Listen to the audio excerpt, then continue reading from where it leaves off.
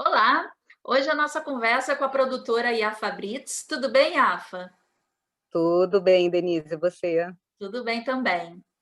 Bom, só para fazer uma muito breve apresentação, né? A Yafa é uma das maiores produtoras do Brasil. Os filmes Se Eu Fosse Você, com Tony Ramos, Glória Pires, 1 e 2, No Divã, com a Lilian Lília Cabral, é. Cabral, Nosso Lar, né?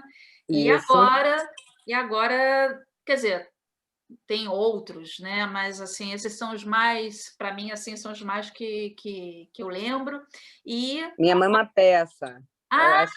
sim, É, claro, é imagina. porque sempre falam do Minha Mãe e esquecem desses. Engraçado que você lembrou deles. São filmes que eu adoro. Claro, minha mãe é uma peça, com É, certeza, né?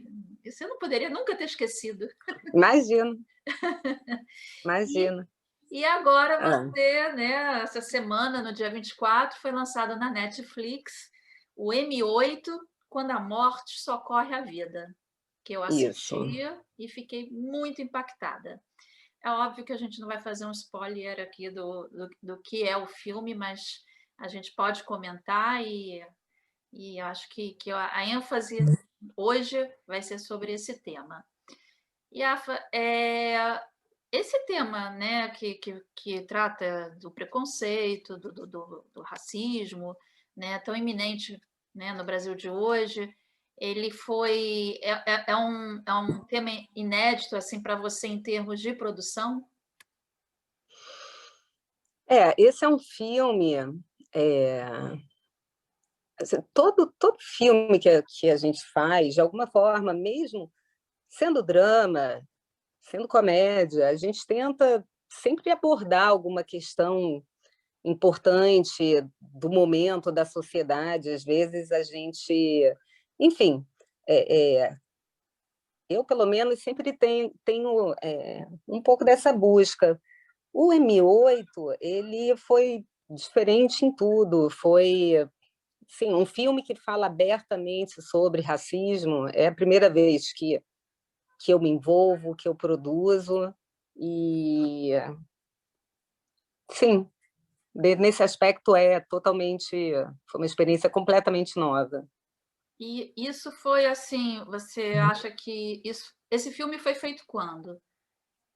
O filme foi, o filme foi rodado tem 2 anos. Ele ia ser lançado, ele passou no Festival do Rio de 2019, que foi no final do ano. Ele ganhou o prêmio de melhor filme pelo Júri Popular, que é uma coisa que deixou a gente muito feliz, porque a gente viu que o filme batia muito com o público, né? Tinha uma comunicação com o público muito grande.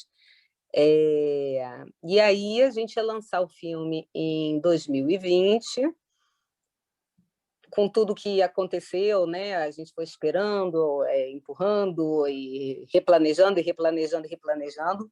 E aí 2020 é o ano que tudo aconteceu, né? Não. É o ano da pandemia, é o ano do Black Lives Matter, é o ano onde a questão racial explodiu, o racismo estrutural explodiu de uma forma absurda, né? As imagens das violências e agressões raciais, acho que foram tão proporcionais quanto foram muito fortes, foram muito evidentes.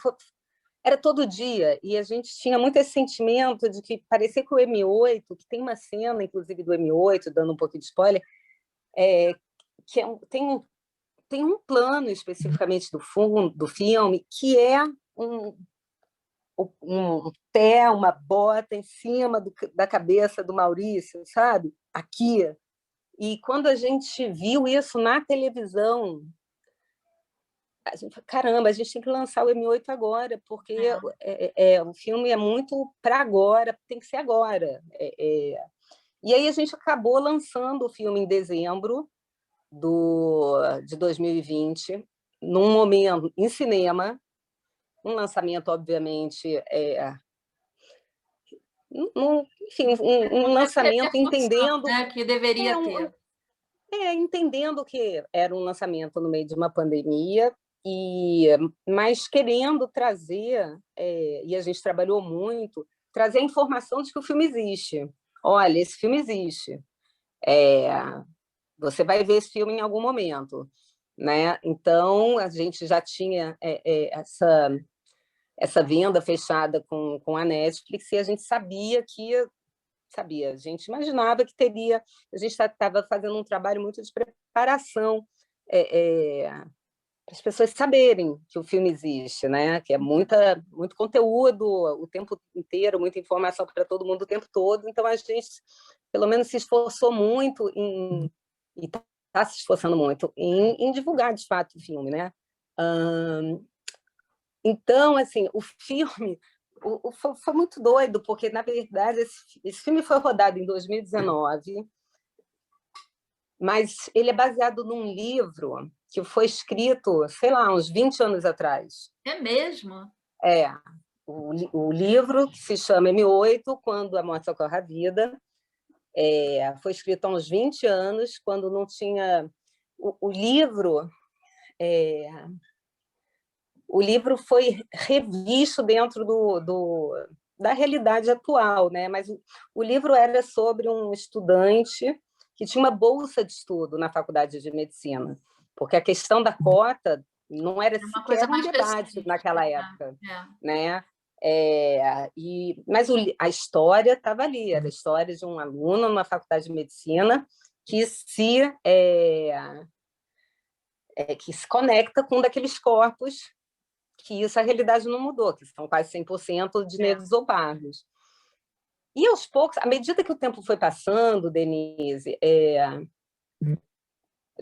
fui vendo assim que esse é um filme, não tem como a gente falar sobre racismo, sobre o sentimento de ser preto no Brasil ou no mundo sem ser preto, né? Então, eu sou uma mulher branca, e isso tudo foi um processo, foram 20 anos, tá? Esse processo.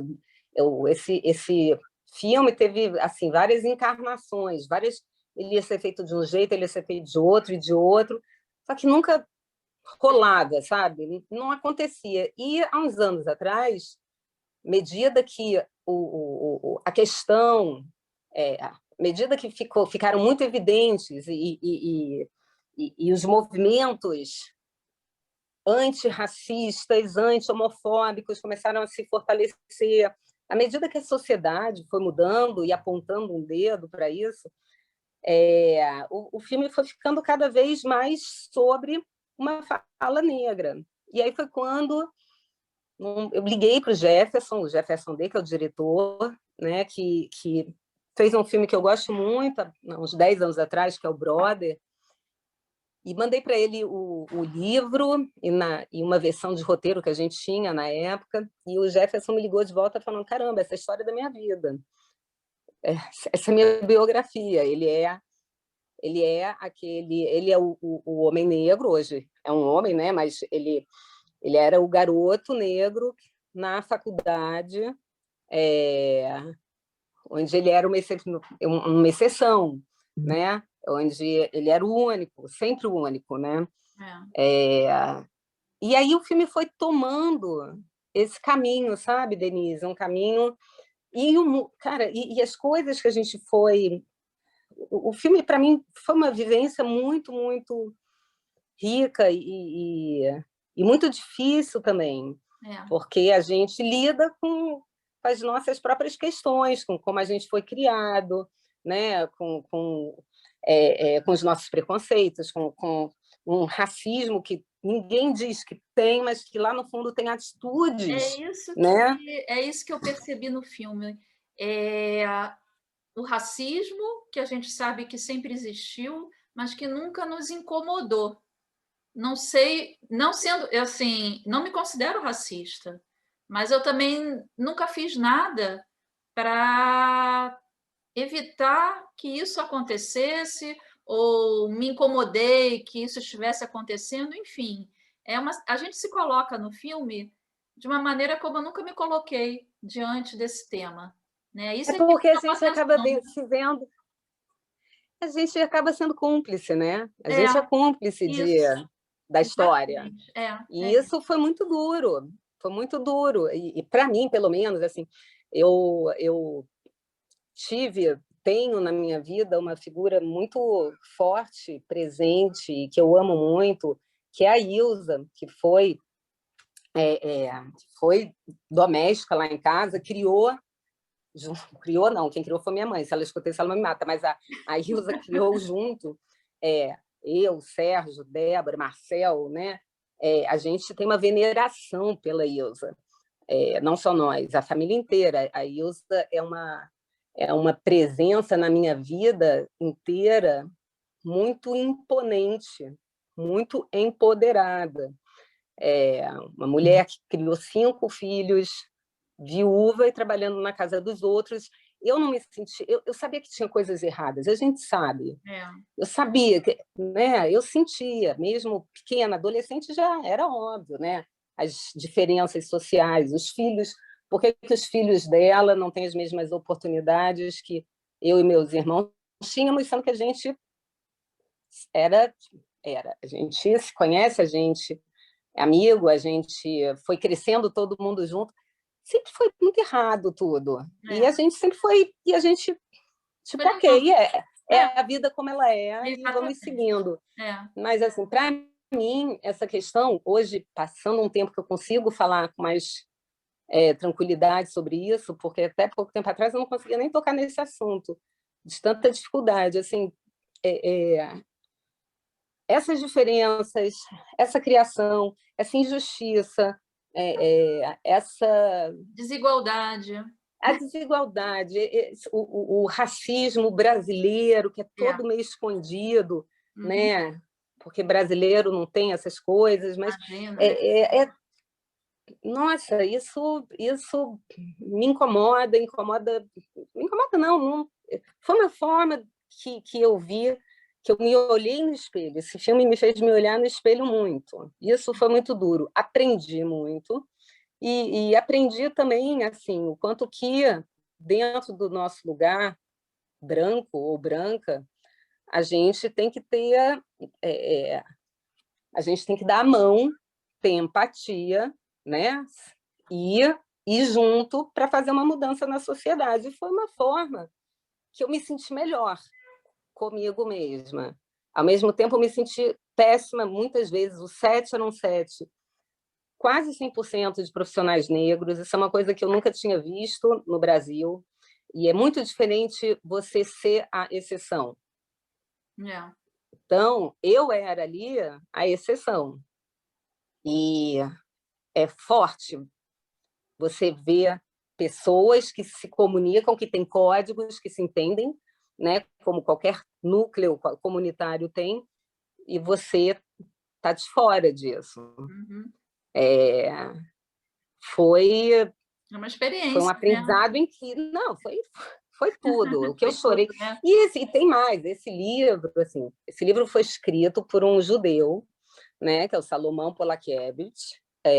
Um dos personagens, a homenagem. Não, o Salomão é uma homenagem. Aliás, a personagem da Zezé Mota se chama Ilza, em homenagem a Ilza, minha Ilzinha, que eu amo. O Salomão Polakiewicz é um médico de Belo Horizonte, escreveu esse livro com toda essa sensibilidade, com aquilo que incomodava igualmente a ele, que, coincidentemente, Salomão Polakiewicz é irmão de mamãe, Dona Eva Brits. Então, era uma coisa muito assim, dura. Eu vivia esse livro, né? Durante muitos anos, e até porque num determinado momento, virou uma questão familiar. Tinha que fazer o livro, senão ia dar ruim na família, entendeu? Virou uma pressão. Cada peça, cada Yom Kippur que aparecia, eu ficava... tá demorando, né? Tá demorando, né? E hoje a gente entende que a hora que ele tinha que ser feito e a forma como ele tinha que ser conduzido e quem tinha que estar à frente aconteceu na hora certa, né? Nossa, é interessantíssimo. O lugar de fala, mas porque assim, um judeu escreveu um livro, né, que fala do preconceito racial, tem tudo a ver, porque nós judeus... uma vez eu escutei um comentário dizendo que isso sempre assim, eu sinto isso, que a diferença do preconceito entre um negro e um judeu está na pele, né? Porque o judeu, ele está lá, mas ele pode passar por um não judeu e ele não vai sofrer o preconceito, né? Somente quando ele fala, quando a pessoa que não gosta de judeus e tem esse preconceito, aí descobre, aí vai, você é atingido. Mas o negro não, o negro não tem como. A pessoa é negra e quem tem o preconceito não tem escapatória, né? Uma outra coisa que eu percebi no filme, e que eu também percebo na vida, né, é o preconceito do negro com o próprio negro, né? Isso ficou muito marcante. Como é que vocês abordaram? Sim, a gente tentou muito não entrar num lugar de polarização. É o negro contra o branco contra o negro. O Jefferson B, ele é um cara, assim, é um diretor negro, bem-sucedido, muito inteligente, muito articulado, e a gente conversava muito todos os dias em como falar sobre o racismo e fazer um filme mostrando o racismo, né? E mostrando o racismo vinculado às questões sociais seculares, né? Como fazer isso sem virar um antagonismo, né? Então, você tem lá a menina, a Suzana, que é feita pela Júlia, que é uma linda, uma fofa, que faz a mulher branca no meio disso tudo, né? Que tem medo, né? Que se assusta ao mesmo tempo, quer confrontar a mãe, quer viver. Você tem a mãe, a Mariana Nunes, que faz a Cida, mãe do personagem principal do Maurício, é uma potência a mulher negra é muito representada no filme. É um filme muito sobre mãe, é muito sobre maternidade e sobre essa questão racial/social. Mas a gente quis mostrar um pouco também desse lugar da vida como ela é. Tem tem vários estudos, né, mostrando a quantidade de quantos por cento dos policiais são brancos, quantos são negros. A verdade é que, se não me engano, eu não sei, qualquer coisa que eu falei aqui é errado, mas pelo menos é metade metade. Então, não é o policial branco, é também, tá? E o menino negro. É isso também, mas tem aquele confronto. Tem uma. Quando o policial negro, aliás, chega e fala para o Maurício, né? Uhum. Você está fazendo aqui, cara? Porque tem. Tipo, sai daqui, vaza, aqui não é teu lugar, né? Uhum. Ao mesmo tempo, esse policial está lá fazendo o que é esperado dele, né? E tem a empregada da mãe da Júlia, que é a Malu Vale quem faz a empregada, bem num lugar de serviçal, que fica desconfortável com aquele lugar que o Maurício ocupa. Como assim esse menino entra aqui, médico, se misturando com esse pessoal que não se deveria misturar? A gente a gente tentou muito mostrar um pouco de tudo, e mais do que tudo, Denise, a tentativa, e isso tem muito do Jefferson, não fazer um filme raivoso, não fazer um filme vingativo, e sim um filme é isso, um filme empático. E foi interessante, porque muita coisa no set eu falava assim, tinha alguma cena e eu falava, gente, que isso, né? Isso é clichê, né? Até parece que isso acontece. Eu leio que isso acontece.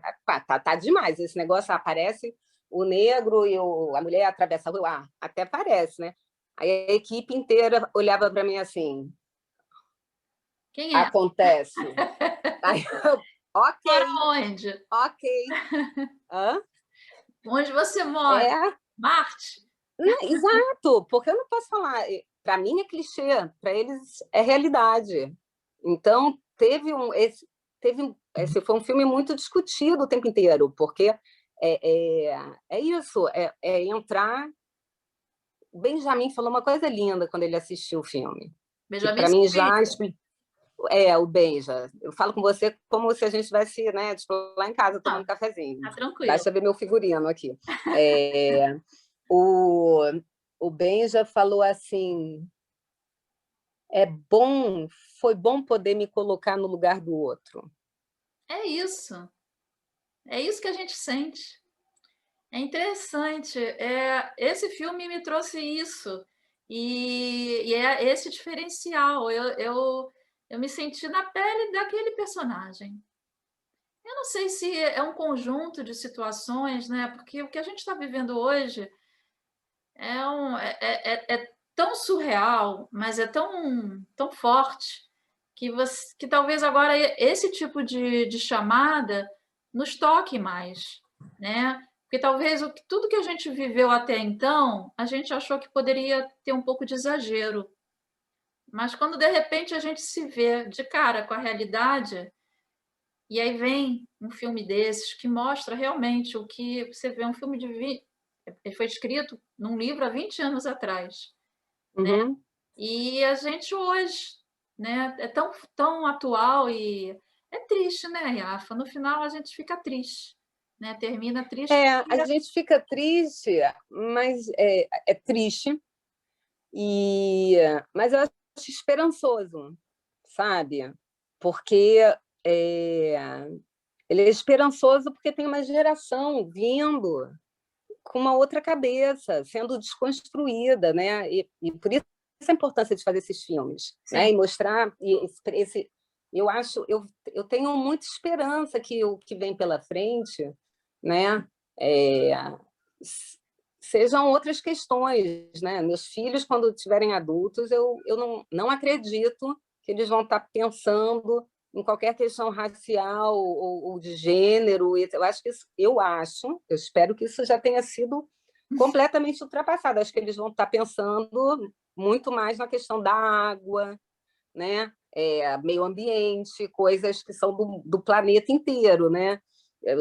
Eu imagino, chutando, que essas vão ser as questões dos jovens quando virarem adultos, né? A água potável, coisas bem básicas, né? É, mas é isso, é triste e é real, tem que se falar sobre isso, ao mesmo tempo é isso, é um lugar que é o que eu busco, pelo menos, é, de uma comunicação, como se fala hoje muito, uma comunicação não agressiva. Olha, eu me sinto assim, é assim como eu sou, é assim que foi minha mãe, é assim que foi minha avó, blá, blá, né? É assim minha ancestralidade, e, e, e eu entender a dor do outro, ou os conflitos, ou as revoltas, né, do outro, e também falar do meu lugar também, como é a minha ancestralidade, né, e como que elas se juntam e como a gente pode fazer muito melhor.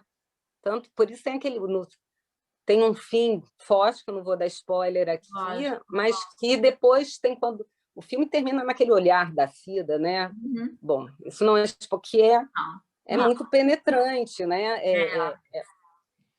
E no final A das contas, gente o Maurício, oi? E no final das contas, o Maurício, enfim, ele passa por todas as situações que ele não esperava também, porque o Maurício, como filho único, né, de uma mãe super protetora, né, e que dá tudo para botar esse menino na faculdade, ele entra num universo, ele é meio bem ingênuo, ele entra lá achando que era só continuar a vida. E ali na faculdade lida, que ele se dá conta dessas coisas, né? né?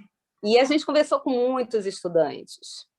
E essa coisa, por exemplo, do transporte, coisas que a gente nunca pensa, né? Eu, eu sempre saí da faculdade, falando de mim, né, que é mais fácil. Eu saía da faculdade como ou eu pegava na época, né, um ônibus, ou eu ia de carro e chegava na minha casa, sei lá, meia hora depois, né?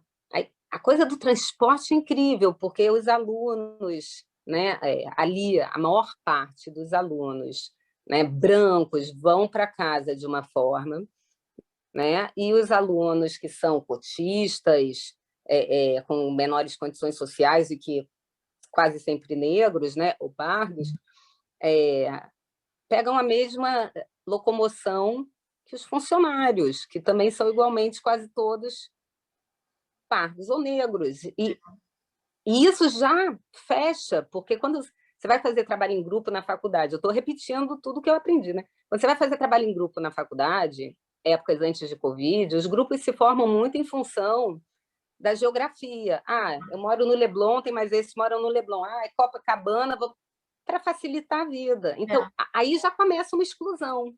Com certeza. E ninguém quer ir fazer trabalho na casa da pessoa que mora na na Zona comunidade. Norte. Na Zona... Não, e o menino vai ter dificuldade de ir, vai chegar atrasado. E os livros super caros? Como é que você faz com os livros super caros? Pois é. Né? São detalhes que vão construindo essa forma esse sufocamento, entendeu? Enfim. Eu não quero ser pessimista, você está sendo otimista. Eu vejo assim, tudo, lógico, a gente tem que falar, tem que colocar. Se a gente tem esse poder, como você tem, de produzir um filme dessa importância, é óbvio que tem que fazer, mas assim, eu vejo muito que esse problema é um problema que está longe de se resolver, né? E de não nesse país que a gente vive hoje, ao contrário, parece que a gente está regredindo, né? Quando o presidente diz que não existe racismo nesse país, né? E aí a gente pergunta como assim? Não existe racismo? Claro que existe. Então é aquela coisa de querer tapar o sol com a peneira, e a elite também não está muito preocupada, né? A gente está aqui falando casos assim excepcionais, minoria, né? De pessoas que vivem numa situação confortável, estão preocupadas. Eu vi uma reportagem do Fábio Porchat falando sobre isso, né? Que ele começou a perceber que ele era racista porque ele não tinha, né, no quadro dele de atores negros, né? Então ele começou a pensar sobre isso e começou a contratar e realmente você vê uma mudança. Quer dizer, então essa mudança parte, né, a partir de pessoas com essa sensibilidade, de pessoas que podem realmente fazer essa transformação. Mas, assim, na parte que eu vejo da política, de uma forma geral, eu acho que a gente está tendo até um retrocesso. Não vejo isso como um Em avanço. termos políticos, eu concordo com você, mas eu acho que tem um lugar de muita tomada de consciência. A gente está, eu e você estamos falando disso em 2021. A gente não estaria tendo essa conversa há 5 anos atrás, Denise. Não, a gente poderia até falar, mas de uma forma muito mais superficial, né? Então, ou pelo menos na minha área, no audiovisual, é impossível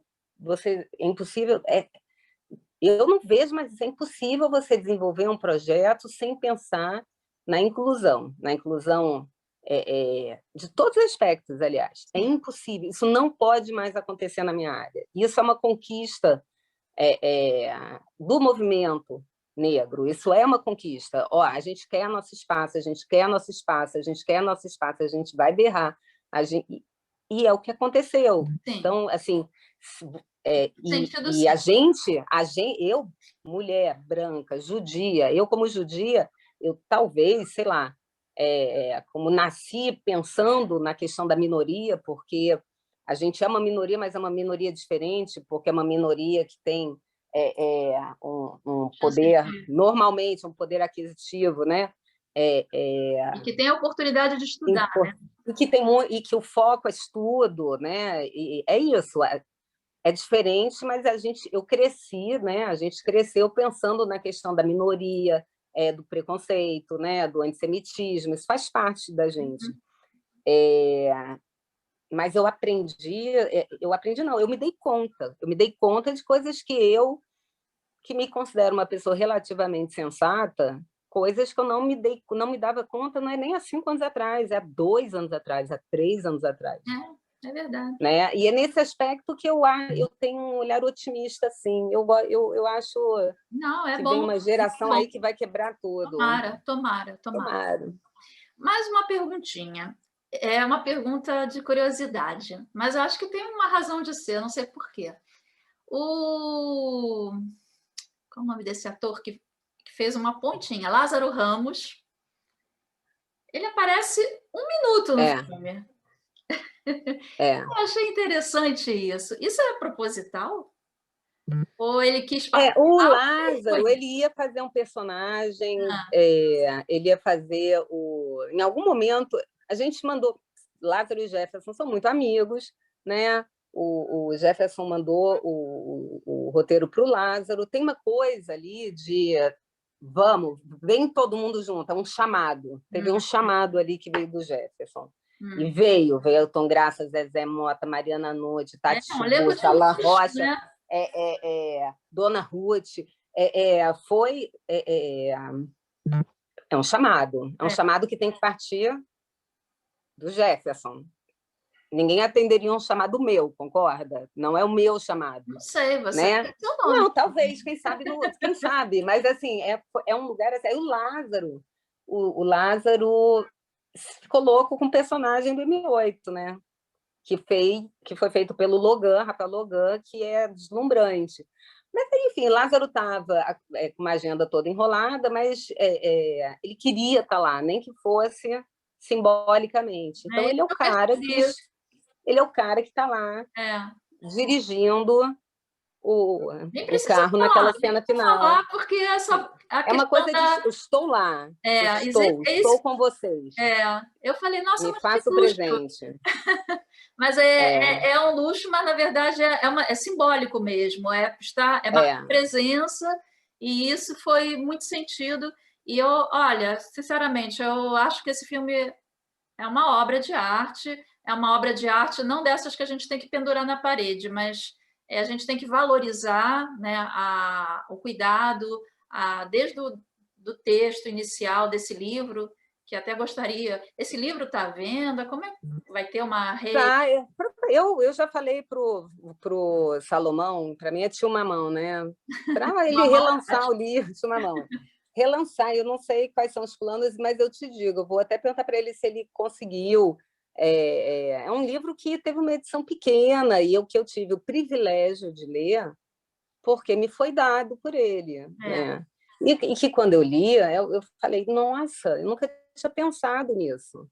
E aquilo que eu nunca tinha pensado foi a ponta de um iceberg muito grande, de muitas outras coisas que eu também nunca tinha pensado, mas de alguma forma sentido, né? Uhum. Enfim, a gente fala, o Mamão fala, o Tio Mamão fala, né? Ele escreve muito bem, ele escreveu uma vez assim, que o M8 ele tem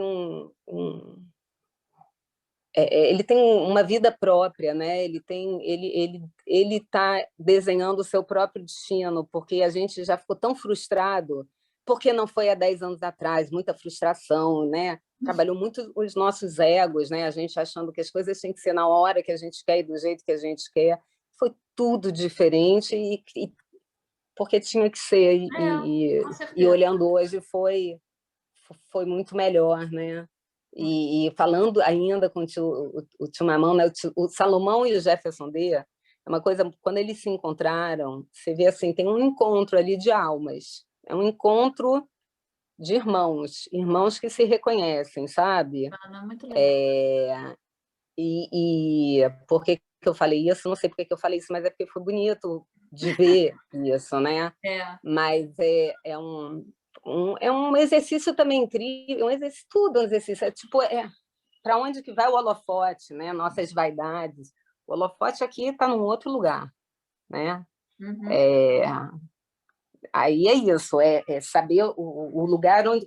Voltando para o início da nossa conversa, aquele lugar que meu filho, Nicolas, que é um garoto muito inteligente e com humor muito ácido, ele, mamãe, você está muito white savior, você está muito white savior, se esconde, para um pouco que está demais, sabe? Mas no final das contas é um pouco isso mesmo, né? Eu falo para ele, né? Filho, eu prefiro me colocar nesse lugar do White Savior do que ficar sentada sem fazer nada, tipo, assistindo as coisas acontecerem na televisão. Então tá. Mas ele ri muito de mim, porque é muito esse lugar também, né, Denise? E que igualmente é um lugar equivocado. Daí essa pressão do movimento, né, preto, do movimento das mulheres pretas, fala, não, eu quero falar de mim. Não é você que tem que falar de mim. E eu entendo isso, porque se alguém falasse, se um não judeu falar sobre o sentimento, ou falar sobre antissemitismo do ponto de vista do judeu, eu ia ficar bastante brava, entendeu? Não à toa o Spielberg fez filmes inesquecíveis com essa temática. A gente tem um lugar de fala, todo mundo tem um lugar de fala. Como, mas eu entendo isso. Eu ia ficar bastante brava de alguém falar sobre a história de um judeu dentro de um campo de concentração durante a Segunda Guerra. Já até teve, né, aquele filme A Vida é Bela. É verdade. É verdade. Ele fez, mas fez de uma forma... Mas ele foi esperto, porque ele falou sobre a relação de um pai e um filho. A questão do judaísmo está lá longe. Né? Um filme também muito polêmico, né? Teve muita polêmica em torno desse filme. Mas... Na época eu nem lembro, sabia? Porque é como se tivesse... É por causa disso? Não foi por causa disso. Foi tipo assim, como se tivesse assim diminuindo. Criticaram como se ele estivesse diminuindo o que aconteceu de fato, né? Eu não me lembro exatamente assim. As pessoas não gostaram da forma lúdica. Ele é lúdica, como foi abordado o tema. Mas... eu acho o filme lindo. Eu também acho. Mas eu entendo como ele teve, tá me colocando, tentando imaginar o cenário, e é isso. Ele poderia estar no campo de concentração por qualquer motivo, né? Não só por a história sobre a paternidade ali, de fato, ele tentando fingir que não existiam aqueles horrores, né? Enfim, há muito debate, muita coisa para falar, e é isso. Tomara que as pessoas assistam. Sim, está na Netflix, assim, vai ficar... Está na Netflix, está na Now já também, se não me engano, tá assim. Vai ficar. E tem alguma está em mais de 100 países. E tem uma programação para, assim, além do filme, debate? Tem alguma coisa? Olha, o que tinha que ter, eu acho que, pelo menos feito pelo filme, a gente já fez. Já fez, né? Já fez muita coisa. Agora eu estou vendo assim, as reações mais nas redes sociais. Já recebi uma mensagem bonita de uma mulher que eu não conheço, né? Mas também não importa. E falando, sei lá, que no final do filme ela falou, isso quem assistir essa entrevista e ver o filme vai entender depois, que no fim do filme ela também falou o nome do irmão dela. E aí elas contam a história do irmão, né? Porque M8 são muitos. São muitos M8s, né? É isso aí. E Afa, eu te desejo muito sucesso. Obrigada, Denise. Eu admiro muito o seu trabalho. Acho que você realmente é... Obrigada. E eu o teu. Você sempre ligada, procurando aí passar informação adiante. Eu que agradeço. E estamos aí. Eu espero que... Estamos aqui. Um beijo grande para você. Muita saúde. Para todos aí. Né? E parabéns mais uma vez. Obrigada, Denise. Beijo. Tchau, tchau. Tchau.